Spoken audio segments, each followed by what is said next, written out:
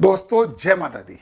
अब हम आज बात करेंगे उत्तरा फाल्गुनी नक्षत्र की, जिसके एक चरण में होती है सिंह राशि, बचे हुए 3 चरणों में जो होती है वो है कन्या राशि बुध महाराज की।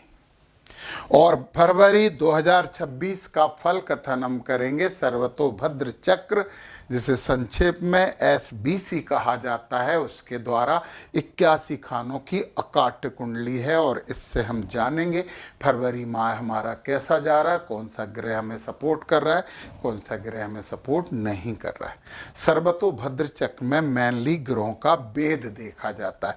ग्रह टेढ़े भेद करते हैं। कोई भी ग्रह यहाँ है तो इधर वेद करेगा, मार्गी होगा तो बकरी होगा तो इधर वेद करेगा, इस दिशा में। ये ऊंट जैसे शतरंज में जैसे ऊंट चलता ना, वैसे।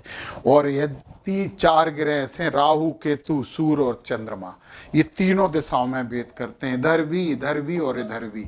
तो इनका भेद थोड़ा सा बहुत इंपॉर्टेंट होता है।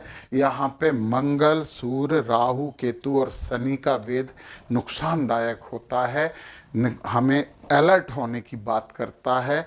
और शुक्र, बुध और गुरु महाराज का भेद और चंद्रमा का भी आपके लिए शुभ होता है। चंद्रमा 15 दिन तक शुभ होते हैं, 15 दिन तक अशुभ होते हैं। चंद्रमा की बात हमने नहीं की है, हर दिन नक्षत्र बदल लेते हैं, इसलिए बाकी सब की बात हमने यहाँ पे की है। तो अब हम यहाँ पे एक इम्पोर्टेंट बात तो आपको बोल ही दें, वो ये है कि आपने उत्तरा फाल्गुनी में जन्म लिया है, ओम अरण्य नमः का आप जप करिए, गूलर के पेड़ की पूजन करिए, तोते का फोटो घर पे जरूर लगा लीजिए, आपको शुभता मिलेगी। और अब हम बात करने वाले हैं वेद की। तो सबसे पहले ये देखिए पूरे ग्रह फरवरी में कौन कौन से नक्षत्रों में रहने वाले हैं, ये लिखा है। अब वेद भी समझाऊंगा और समझिए आप।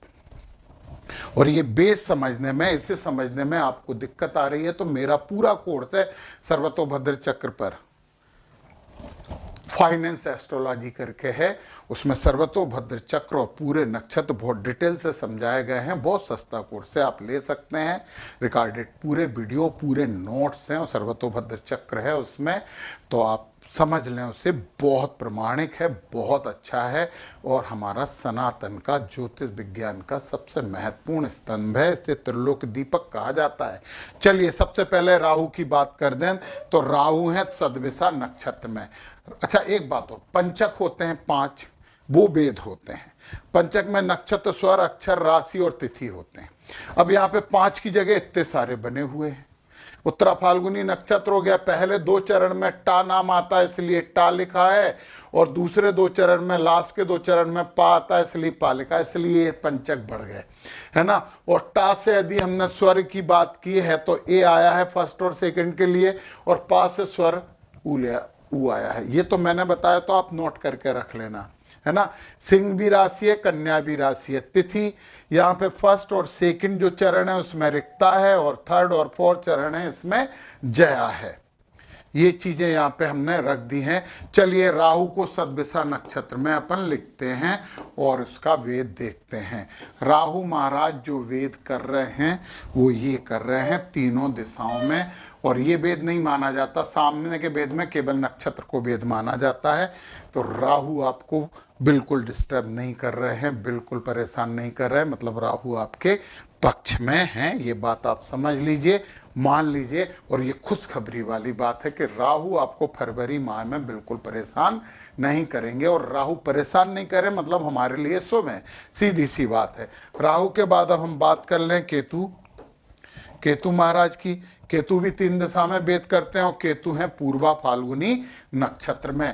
केतु को हमें रखना पड़ेगा, यहाँ पे केतु हैं। केतु इधर वेद करेंगे और इधर वेद करेंगे और सामने वेद करेंगे। सामने के वेद में ये दोनों वेद नहीं माने जाएंगे, इसलिए हम इन दोनों को सामने का वेद तो मिटा ही देते हैं। देखिए केतु पहले और दूसरे चरण को प्रभावित कर रहे हैं और कन्या राशि को भी प्रभावित कर रहे हैं, मतलब पूरे नक्षत्र को प्रभावित कर रहे हैं। केतु जब यहाँ पे राशि और अक्षर को प्रभावित करते हैं, अक्षर को प्रभावित करते हैं तो थोड़ा नुकसान करवाते हैं, और राशि को प्रभावित करते हैं तो थोड़ा विघ्न होता है। तो जब विघ्न और नुकसान से बचना है तो गणपति जी के शरण में चले जाओ, पूरे पूरे महीने भर केतु आपको ऐसा करेंगे।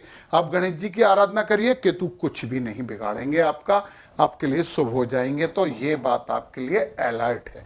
यहाँ से इससे फल कथन करने का मतलब यही है कि हमें ऐसा क्या करना चाहिए कि फरवरी माह हमारा बहुत अच्छा गुजर जाए। तो इसके लिए बात कर रहे हैं। केतु के बाद फिर हम बात कर लें शनि महाराज की। शनि उत्तरा भाद्रपद नक्षत्र में है, शनि यहाँ है और शनि एक ही दिशा में वेद करते हैं। शनि महाराज आपका कुछ नहीं बिगाड़े। फरवरी माह में शनि आपके पक्ष में है। जब ये वेद नहीं करते तो पक्ष में रहते हैं। तो ये भी खुशखबरी की बात है। राहु और शनि दो भयंकर क्रूर ग्रह आपको फरवरी में सपोर्ट कर रहे हैं। वेद नहीं कर रहा है मतलब सपोर्ट कर रहा है। केतु गणपति जी की आराधना से ठीक हो जाएंगे। तो ये बहुत शुभ बात है। चलिए, ये बात तो हमने कर ली है। शनि के बाद अब अगले क्रूर ग्रह की बात कर लें हम, और वो हैं सूर्य। सूर्य श्रवण नक्षत्र में है। 6 को धनिष्ठा में जाएंगे, 19 को सद्दिशा में। जब श्रवण में है सूर्य, तो सूर्य भी 3 दिशा में वेद करते हैं। श्रवण में है तो वेद कर रहे हैं, दूसरे तीसरे और चौथे चरण को वेद कर रहे हैं, परंतु राशि पहले चरण की है तो मान के चलें सबको वेद कर रहे हैं। सूर्य के वेद से प्रशासनिक स्तर पे हमें कुछ समस्याएं हो सकती हैं। इससे बचने के लिए सूर्य भगवान को जल दीजिए, आदित्य हृदय स्तोत्र का पाठ करिए, ओम नमो नारायण का जाप भी करोगे तो अच्छा होगा। सामने का वेद यहाँ पे होगा, ऐसे वेद नहीं कर रहे हैं, इसलिए हमने सामने का वेद लिखा ही नहीं। परंतु सूर्य जब चले जाएंगे कहाँ पे, धनिष्ठा में 6 तारीख को आ ही जाएंगे। तो सूर्य महाराज को 6 तारीख को धनिष्ठा में भेज देते हैं। 6 तारीख को सूर्य यहाँ आ गए, और सूर्य जब यहाँ आ गए तो फिर केवल ये पहले और दूसरे चरण, इस नक्षत्र के पहले 2 चरणों को प्रभावित कर रहे हैं। वो चरण वाले सूर्य भगवान को जल देते रहें, आदित्य हृदय स्तोत्र का पाठ करते रहें, प्रशासनिक समस्याएं नहीं होंगी। बाकी इधर कोई भेद नहीं हो रहा है, इधर कोई भेद नहीं हो रहा है। अब सूर्य महाराज क्या हो गया, अब सूर्य महाराज चले गए सद्दिशा में। जब सद्दिशा में सूर्य आएंगे तो फिर देखिए फिर आपके पक्ष में आ जाएंगे।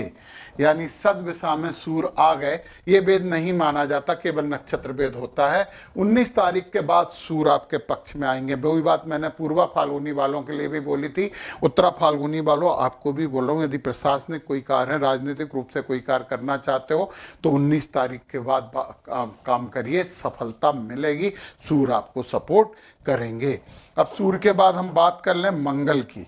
और मंगल महाराज जो हैं श्रवण नक्षत्र में, जब मंगल यहाँ हैं तो केवल इधर वेद करेंगे बस, तो कुछ नहीं कर रहे। परंतु जब धनिष्ठा नक्षत्र में मंगल यहाँ आ जाएंगे तो फिर ये केवल पहले और दूसरे चरण को प्रभावित कर रहे हैं बस, बाकी सबको सपोर्ट कर रहे हैं। तो पहले और दूसरे चरण वाले हनुमान चालीसा कर लेना भैया, हनुमान जी को चोला भी जरूर चढ़ा देना है ना, बब्बा जी के शरण में चले जाना, सब ठीक हो जाएगा। ये भी फिर मंगल की बात कर ली। अब हम उन ग्रहों की बात करते हैं जो आपके पक्ष में हैं, जो आपको आशीर्वाद देने के लिए हैं, और उनमें हैं, चलो सबसे पहले गुरु महाराज की बात कर लेते हैं। और गुरु महाराज हैं आपके पुनर्वसु नक्षत्र में, यहाँ पे गुरु बैठे हैं। गुरु बकरी हैं तो इधर वेद करेंगे, और मार्गी होते तो इधर वेद करके आपके नक्षत्र को वेद करें। जिस दिन गुरु मार्गी हो जाएंगे ना उत्तरा फाल्गुनी नक्षत्र वालों, आपकी चांदी हो जाएगी, आनंद हो जाएगा। बस गुरु के मार्गी होने का इंतजार करो, फरवरी में तो नहीं हो रहा है। तो गुरु महाराज का फरवरी में आपको आशीर्वाद नहीं मिल रहा है तो ठीक है। अब यहाँ पे हम बुध की बात कर लेते हैं। बुध, सबसे पहले बुध को लिखें अपन धनिष्ठा नक्षत्र में। बुध है यहाँ पे, बुध यहाँ है, और यहाँ से होके ये आशीर्वाद दे रहे हैं पहले और दूसरे चरण को। मंगल नुकसान कर रहे थे, बुध आशीर्वाद देने लगे तो अच्छा हो गया ना, फायदा हो गया। फिर इसके बाद बुध जब सद्दिशा में आएंगे तो फिर आपको वेद नहीं करेंगे। फिर पूर्वा भाद्रपद में आएंगे तब भी वेद नहीं करेंगे, बकरी हो जाएंगे तो इधर वेद होगा। यानी कि आपको बुध का जो आशीर्वाद मिल रहा है वो 7 तारीख तक मिल रहा है। इसके बाद बुध ना आपके लिए अच्छे हैं ना आपके लिए बुरे हैं। और जब वेद नहीं करते तो थोड़ी सी तो कमी रहती है। तो बुध का वेद तो शुभ होता है। अब बुध के बाद जो हम बात करें शुक्र महाराज की, शुक्र महाराज जो है ना लक्ष्मी प्रदाता होते हैं, लक्ष्मी देने वाले ग्रह, सर्वतोभद्र चक्र में माना गया है उन्हें। तो शुक्र महाराज कहाँ हैं, शुक्र धनिष्ठा नक्षत्र में है 11 तारीख तक। यहाँ पे शुक्र हैं 11 तारीख तक, और देखो ना 11 तारीख तक शुक्र आपको लक्ष्मी प्रदान कर रहे हैं। तो लीजिए ना धन, इसके बाद शुक्र यहाँ आएंगे तो फिर आपको नहीं वे देंगे, फिर पूर्वाभाद्र पद में जाएंगे तो भी आपको आशीर्वाद नहीं देंगे। शुक्र का आशीर्वाद आपको मिल रहा है 11 तारीख तक, तो आनंद लीजिए, अच्छा काम करिए। देखिए, बुरे ग्रह यदि वेद नहीं करते तो वो अच्छे होते हैं, और अच्छे ग्रह वेद नहीं करते तो थोड़ा सा कष्ट तो रहता है। इसलिए शुक्र भगवान को और बुध के लिए गणपति की आराधना तो केतु के लिए कर रहे थे, है ना, तो बुध के लिए भी हो जाएगा शुभ। और लक्ष्मी नारायण और कन्या को कुछ ना कुछ गिफ्ट दे दीजिए तो बहुत अच्छा हो जाएगा। ऐसे करके फरवरी माह को बहुत अच्छा कर लीजिए, क्योंकि राहु, शनि और 19 तारीख के बाद सूर्य आपके पक्ष में है, तो बहुत अच्छा आपके लिए है। अच्छा करिए। जय माता दी।